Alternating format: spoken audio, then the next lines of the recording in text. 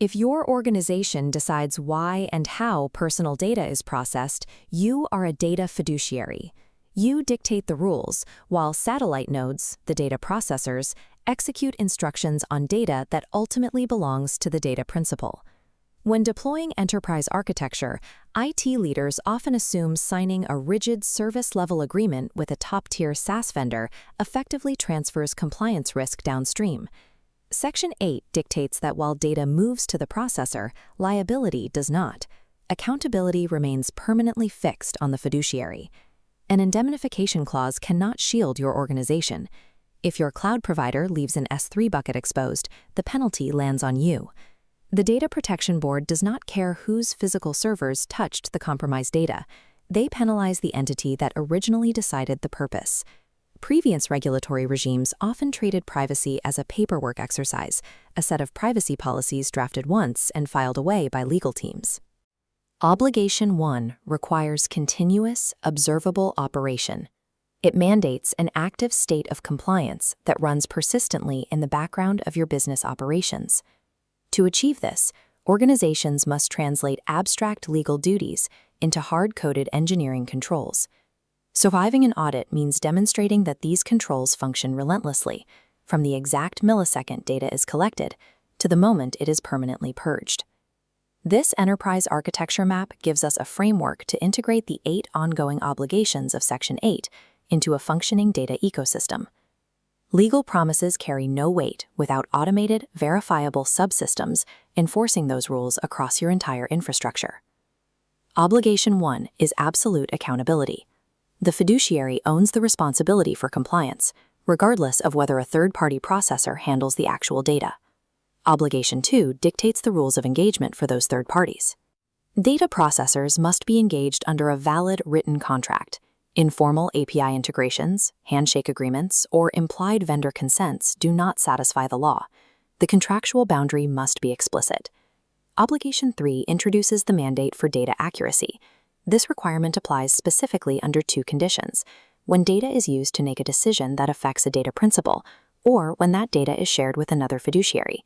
In these instances, the data must be complete, accurate, and consistent. At the engineering level, this requires building strict validation pipelines to check the integrity of data before it enters any decision engine or external database. You establish legal ownership of the risk, strict terms for your vendors, and programmatic trust in the data before processing begins. The next tier requires constructing a measurable defensive perimeter, starting with Obligation 4, technical and organizational measures. Regulators expect documented, observable controls. This means producing active access logs, implementing end-to-end encryption, and executing regular architectural reviews. Note what is absent here. The principle of strict data minimization is not named in Section 8. Furthermore, cross-border transfer restrictions are governed entirely by Section 16, which authorizes the government to restrict flows to notified countries. Obligation 5 mandates reasonable security safeguards. You must actively prevent breaches across your internal networks and ensure your external processors are applying equivalent defenses. If those defenses fail, Obligation 6 requires immediate breach notification. You must inform both the Data Protection Board and every affected data principal. Crucially, the DPDP Act sets no materiality threshold. Every breach, regardless of scale, must be reported. If your SaaS vendor experiences a localized breach that exposes 10 of your customer records, the notification duty sits entirely with you. A defensive perimeter requires active monitoring at every third-party endpoint to ensure you can issue mandatory alerts the moment a failure occurs. Obligation 7 targets storage limitation and active erasure, dictating the end of the data lifecycle. Erasure is triggered automatically under 2 conditions: when a user formally withdraws their consent or when the original purpose for collecting the data is fulfilled. The only legal exception is if a superseding law, such as banking KYC regulations, explicitly requires you to retain those records. If a customer closes their account, you must erase their data immediately. The user does not need to submit a separate deletion request. The system must execute the purge by default. Similarly, if someone lists a used car on your marketplace and the transaction completes, the specific purpose is served.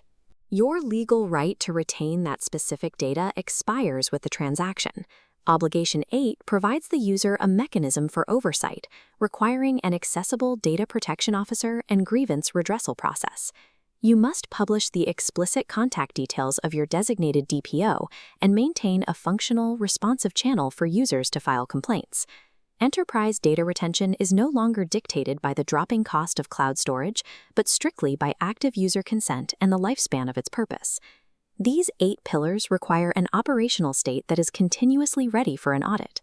To get there, map your exact data flows, embed DPDP clauses into processor contracts, validate accuracy for decisions, and document technical controls.